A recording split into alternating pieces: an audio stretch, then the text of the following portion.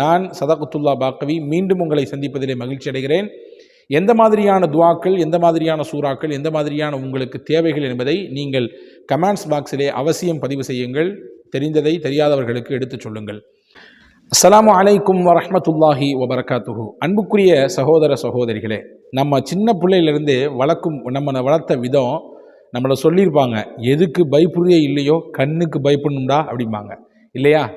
கண் என்பது பல்வேறு விதமான பாதிப்புகளை நம்முடைய உடல் ரீதியாக அல்லது நம்முடைய செயல்பாடு ரீதியாக நாம் முடங்குவதற்கு அந்த கண்பாடு என்பது முக்கியமான காரணமாக இருக்கத்தான் செய்து இன்னைக்கு வரை அதனுடைய பாதிப்புகள் இருக்குது.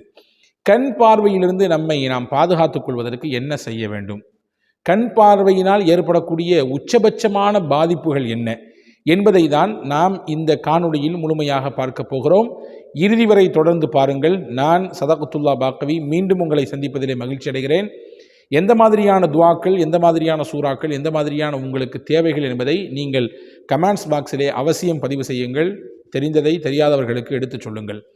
அன்புக்குரிய சகோதரர்களே, நபிகள் பெருமானா ஸல்லல்லாஹு அலைஹி வஸல்லம் அவருடைய காலத்திலே சஹல் இப்னு ஹனீஃப் என்று சொல்லக்கூடிய ஒரு சஹாபி, பார்ப்பதற்கு பார்க்கறதுக்கு ரொம்ப அழகாக இருப்பாங்க. அவங்களுடைய தோற்றம், அவங்களுடைய அழகு எல்லாரையும் ஆச்சரியப்படுத்தக்கூடிய விதத்தில் தான் இருந்துச்சு. ஒரு நாள் அவங்க வீட்டில் குளிச்சுட்டு இருக்கும் பொழுது அந்த வழியாக நடந்து போனார் ஒருத்தர். அவர்கள் ஆமிர் இப்னு ரபியா, அந்த சஹாபியினுடைய பேர். அவங்கள பார்த்தாங்க. அவங்க வந்துட்டு இருக்கும் பொழுது அவங்க குளிச்சுட்டு அப்படி வெளியே வரக்கூடிய அந்த காட்சியை பார்க்குறாங்க. அதாவது ஒவ்வொரு சமயத்துலேயும் மனுஷனுடைய அழகு ஒவ்வொரு விதமாக தெரியும். நல்லா ட்ரெஸ் பண்ணிவிட்டு நம்ம கண்ணாடியில் முன்னாடி போய் நிற்கும்போது நம்மளுக்கு நாமே ஒரு அழகாக தெரியும். நல்லா குளிச்சுட்டு நல்லா ஃப்ரெஷ்ஷாக நிற்கும்போது அது வேறு விதமான அழகாக தெரியும். இந்த ஜும்மாவுக்கு அல்லது முக்கியமான நாட்களுக்கு நம்ம எங்கேயாவது வெளியே ஃபங்க்ஷனுக்கு கிளம்பி இருக்கும் பொழுது அந்த காட்சி நம்ம பார்க்கும்போது நமக்கு நாமே ஒரு அழகாக தெரியும் இல்லையா? அந்த மாதிரி குளிச்சுட்டு வந்திருக்காரு. ஏற்கனவே ஒரு அழகான ஆள். அவரை பார்த்த உடனே வா எவ்வளவு அழகு ச அப்படின்ற மாதிரி ஒரு வார்த்தையை சொல்கிறாரு. இது சொன்ன உடனே அந்த சஹல் இப்னு ஹனீஃப் அப்படியே மயக்கம் போட்டு கீழே விழுந்திருக்காங்க. எஞ்சிக்கலை. தூக்கிட்டு ரசூல் ஸல்லல்லாஹு அலைஹி வஸல்லம் ஓடினாங்க. யார் சொல்ல, அந்த மாதிரி பாருங்கள், இவர் மயங்கிட்டாரு, எந்திரிக்க மாட்டேங்கிறாரு அப்படின்னு. ஸல்லல்லாஹு அலைஹி வஸல்லம் கேட்டாங்க, என்ன நடந்துச்சுன்னு கேட்டாங்க.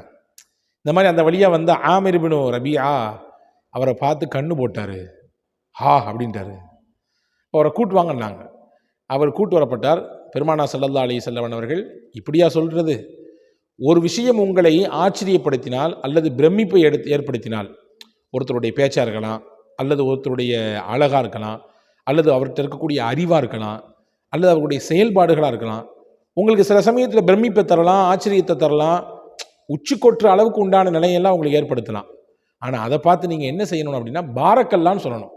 அல்லாஹ் உங்களுக்கு இருக்கக்கூடிய இந்த திறமையை, இந்த ஆற்றலை இன்னும் மென்மேலும் அதிகரித்து அருள் செய்வானாக என்று துவா தான் செய்யணும் ஒழிய, அதை பார்த்து இப்படி பிரமிச்சு கண்ணு போடுற அளவுக்கு உண்டான நிலையில் கொண்டு விட்டுட்டீங்களே அப்படின்னு சொல்லி அவரை ஒது செய்ய வச்சாங்க. ஹதீஸில் இருக்குது, அவருடைய கை, அவருடைய கால், அவருடைய முகம் எல்லாம், அவருடைய காலினுடைய விரல் நகங்கள் உட்பட எல்லாம் கழுகப்பட்டு அந்த ஒது செய்த நீரை கொண்டு அவர் மீது ஊற்றினார்கள். அதற்கு பிறகு அந்த சஹாபி சஹல் ரதியல்லாஹு அன்ஹு எழுந்தார்கள் என்ற ஒரு ஹதீஸ் குறிப்பை பார்க்கிறோம். இப்போ கண்ணால் ஏற்படக்கூடிய பாதிப்பு என்பது நிச்சயமாக இருக்கத்தான் செய்யும். எனவே தான் திருக்குரானிலே கண் பார்வையிலிருந்து ஏற்படக்கூடிய பாதிப்பிலிருந்து அல்லாஹ் குரானிலே எச்சரிக்கை செய்கிறான். அதிலிருந்து பாதுகாப்பு பெறுவதற்கு அல்லாஹ்விடத்திலே துவா செய்யுங்கள் என்று கற்றும் தருகிறான். குல் அஊது பிரப்பின் நாஸ் மலிக்கின் நாஸ். அந்த நாஸ் என்கின்ற அத்தியாயத்திலே மனிதர்களின் தீங்கு என்றால் என்ன? அந்த மனிதர்களின் தீங்கில் கட்டுப்பட்டது தான் கண்ணிலிருந்து ஏற்படக்கூடிய பார்வை, அந்த பார்வையிலிருந்து ஏற்படக்கூடிய தீங்கு. எனவே அன்பானவர்களே, பார்வையில் தீங்கு நிச்சயம் உண்டு, அது பாதிக்கும். அதிலிருந்து நாம் தவிர்த்து கொள்ள வேண்டும். சரி, ஒருத்தர் கண்ணால் ஏற்பட்டு போச்சு, தீங்கு ஏற்பட்டு போச்சு, எப்படி தப்பிக்கிறது? அதுக்கு ஏதாவது வழி இருக்குதா அப்படின்னா, அதற்கும் மார்க்கம் ஒரு வழியை சொல்லியிருக்கிறது. இப்னு அசாக்கிர் என்று சொல்லக்கூடிய மிகச்சிறந்த ஆளுமை மிக்க ஒரு வரலாற்று ஆசிரியர் தாரீஹு திமஷ்க் என்று சொல்லக்கூடிய நூலிலே ஒரு செய்தியை பதிவு செய்கிறார். என்ன செய்கிறாரு அப்படின்னா, சயீத் இப்னுல் யஸீத் அஸ்ஸாஜி என்று சொல்லக்கூடிய ஒரு இறைநேச பாதையிலே பயணித்த ஒரு பெரியவர், ஒரு மகான், அவர்கள் கற்றுத்தந்த ஒரு அழகான துவாவை நமக்கு கற்றுத்தருகிறார்கள். இந்த துவாவை ஓதிக்கொள்ளும் பொழுது அல்லது யாருக்காவது கண் பாட்டால் ஏற்பட்டு சிரமத்திலே சிக்கலிலே அவர் தவித்துக் கொண்டிருந்தால் இந்த துவாவை ஒரு முறை ஓதினாலும் அல்லாஹ் அதனுடைய பாதிப்பிலிருந்து முழுமையாக விடுதலையையும் நல்ல வழியையும் காட்டிவிடுவான். அதற்கு ஒரு செய்தியையும் வரலாற்றோடு இப்னு அஸாக்கிர் ரஹ்மத்துல்லாஹி அவர்கள் பதிவு செய்கிறாங்க. என்ன செய்தி அப்படின்னா, இந்த சயீத் இப்னு யஸீது சாஜி ஹஜ்ஜுக்கு போகிறாங்க. ஹஜ்ஜுக்கு போய்கிட்டு இருக்கும் பொழுது அன்னைக்கெல்லாம் கால்நடையாக நடந்து போவாங்க அல்லது ஒட்டகத்திலேயோ குதிரையிலையோ அப்படி பயணித்து போவாங்க. இதானே இன்னைக்கு வளர்ந்து போச்சுன்னா, இன்னைக்கு வளர்ந்துச்சு, வசதி வந்துடுச்சு, நம்ம விமானங்களில் பயணிக்கிறோம், மிக சீக்கிரமாக போய் அடைஞ்சிடறோம். ஆனால் அன்னைக்குள்ள காலகட்டத்திலலாம் மாதக்கணக்கில் நாட்கணக்கில் பயணிச்சிருக்காங்க. அப்படி குழுவாக பயணிக்கும் பொழுது அந்த குழுவில் சயீத் இப்னு யஸீது சாஜி அவங்க பயணித்த அந்த ஒட்டகம் இருக்க வாகனம் நல்ல புஷ்டியாக இருந்துச்சு, நல்ல ஆரோக்கியமாக இருந்துச்சு, எந்த களைப்பும் இல்லாமல் சுறுசுறுப்பாக இவங்களை கடத்தி கொண்டு போய்கிட்டே இருந்துச்சு. அப்போது அந்த குழுவில் இருந்து ஒருத்தர் சொன்னாராம், உங்கள் ஒட்டகம் நல்லா இருக்குது, உங்கள் வாகனம் சிறப்பாக இருக்குது, இந்த கூட்டத்தில் நம்மோடு வரக்கூடிய பயணத்தில் ஒருத்தர் இருக்கார், அவர் கண்ணு போட்டார்னா பெரிய பாதிப்பு, அவர் இந்த ஒட்டகத்திலையும் இந்த வாகனத்தில் எந்த கண்ணும் போட்டுறாம ஏதாவது ஒன்று கிடக்க ஒன்று சொல்லி உங்கள் ஒட்டகம் இருக்கக்கூடிய இந்த சுறுசுறுப்பை, வேகத்தை, இது ஆரோக்கியமாக இருக்கக்கூடிய விஷயத்தை அவருடைய கண்ணு பாதிச்சிடும் அப்படின்னு சொன்னாராம். சொன்ன உடனே சயீத் இப்னு யஸீது சாஜி சொன்னாங்களாம், என்னதான் கண்ணு போட்டாலும் எனக்கெல்லாம் எந்த பிரச்சனையும் வராது, என்னுடைய வாகனத்துலாம் எந்த தொந்தரவும் வராது, எனக்கு சில மருந்துகள் தெரியும் அப்படின்னு சொன்னாங்களாம். இந்த செய்தி அந்த கண்ணு போட வரல அந்த மனுஷருக்கு இந்த செய்தி அப்படி பாஸ் ஆச்சு. பாசம் அப்படியே சொல்கிறார் அவரு, இந்த வர்றேன், நான் பார்த்தா எப்படிப்பட்ட ஆள், சில பேர் சொல்லுவாங்க நான் நாக்கு கருநாக்கு, நான் என்ன பேசினாலும் பழிக்குன்னு சொல்லுவாங்க பார்த்தீங்களா, அந்த மாதிரி அவர் சொன்னாராம், நான் கண்ணு போட்டு தப்பாதது உலகத்தில் இருக்கா, இந்த வர்றேன்னு சொல்லி வந்தாராம். அந்த ஒட்டகத்திற்கு உரிமையாளர் சயீத் இப்னு யஸீது சாஜி வெளியே போயிருக்கக்கூடிய சமயத்தில் தொழுவத்தில் கட்டி போடப்பட்ட அந்த ஒட்டகத்தை, அந்த வாகனத்தை பார்த்து ஒரு கண்ணு வச்சாரு. வச்ச பார்வையிலேயே நல்லா இருந்த ஒட்டகம் அப்படி படுத்துக்குச்சு, சாஞ்சு போச்சு.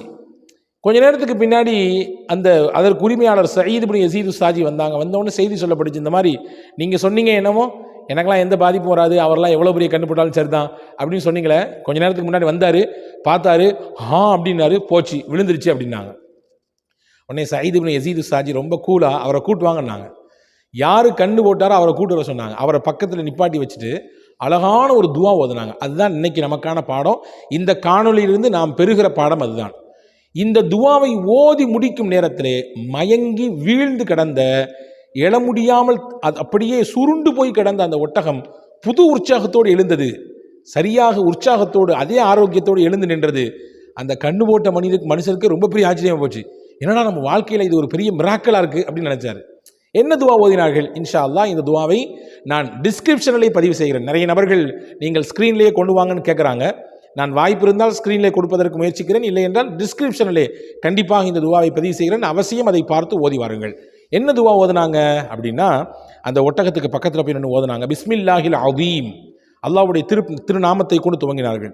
துவங்கி சொன்னார்கள், ஹபசுன் ஹாபிசுன் வ ஹஜருன் யாபிசுன் வ ஷிஹாபுன் காபிசுன் வ லைலுன் தாமிசுன் வ மாஉன் காரிசுன் ஃபி ஐனில் ஆயினி வ ஃபி அஹப்பி ஹல்கில்லாஹி இலைஹி வ ஃபி கபிதிஹி வ குல்யத்திஹி. இதான் துவா.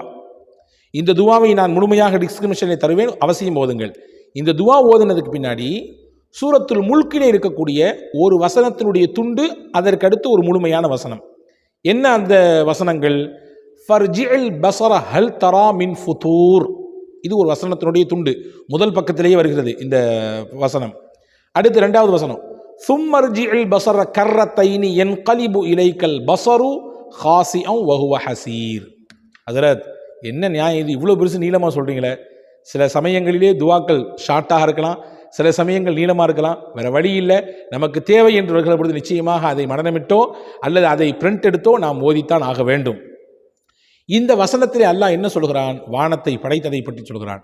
7 வானங்கள் அடுக்கடுக்காக இருக்கிறது என்பதை பற்றி சொல்கிறான்.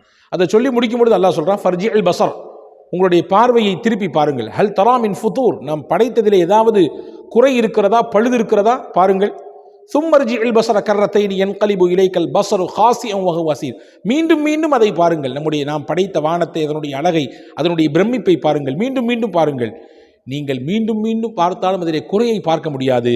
உங்கள் பார்வைதான் தளர்வுற்று மிகப்பெரிய தோய்வோடு உங்களை நோக்கி திரும்பும் என்று அல்லாஹ் சொல்லுகிறான். அப்போ இது அவனுடைய படைப்பை பற்றி, அவன் படைப்பில் எந்த குறையும் இல்லை என்பதை பற்றி உலகத்துக்கு சொல்லும் விதமாக அல்லாஹ் சொல்லக்கூடிய விஷயம். இந்த ஆயத்தை நம்மளும் அல்லாஹ்வுடைய படைப்பில் ஒரு ஆள் தானே, அந்த நம்மகிட்ட இருக்கக்கூடிய பொருளும் அல்லாஹ்வுடைய படைப்பு தானே, இந்த படைப்பில் எந்த குறையையும் அல்லாஹ் வைக்கவில்லை என்பதை நிரூபிக்கக்கூடிய அந்த வசனத்தை ஓதி அந்த ஒட்டகத்தின் மீது ஊதுனாங்களாம். படுத்து கிடந்த அந்த ஒட்டகம் தட்டாமுட்டான்னு எந்திரிச்சுது. அன்னைக்கு வரையே கண்ணால் பல பேருக்கு தொந்தரவு கொடுத்துட்டு இருந்த அந்த ஆயினுக்கு மிகப்பெரிய பாடமாக அது அமைந்தது என்பதாக வரலாற்றிலே ஒரு செய்தி இருக்கிறது. எனவே கண் பாதிப்பு நிச்சயம் உண்டு, அந்த கண் பாதிப்பிலிருந்து தீர்வும் உண்டு. இந்த துவாவை நான் உங்களுக்கு சொல்லி தந்திருக்கிறேன். அவசியம் இதை படித்து முடிந்தால் மனநமிட்டு இந்த பாதிப்பிலிருந்து பாதுகாப்பை வேண்டி அல்லாஹ்விடத்திலே துவா செய்வோம். வல்ல அல்லாஹ் தௌஃபீக் செய்வானாக. வஸ்ஸலாம். அஸ்ஸலாமு அலைக்கும்.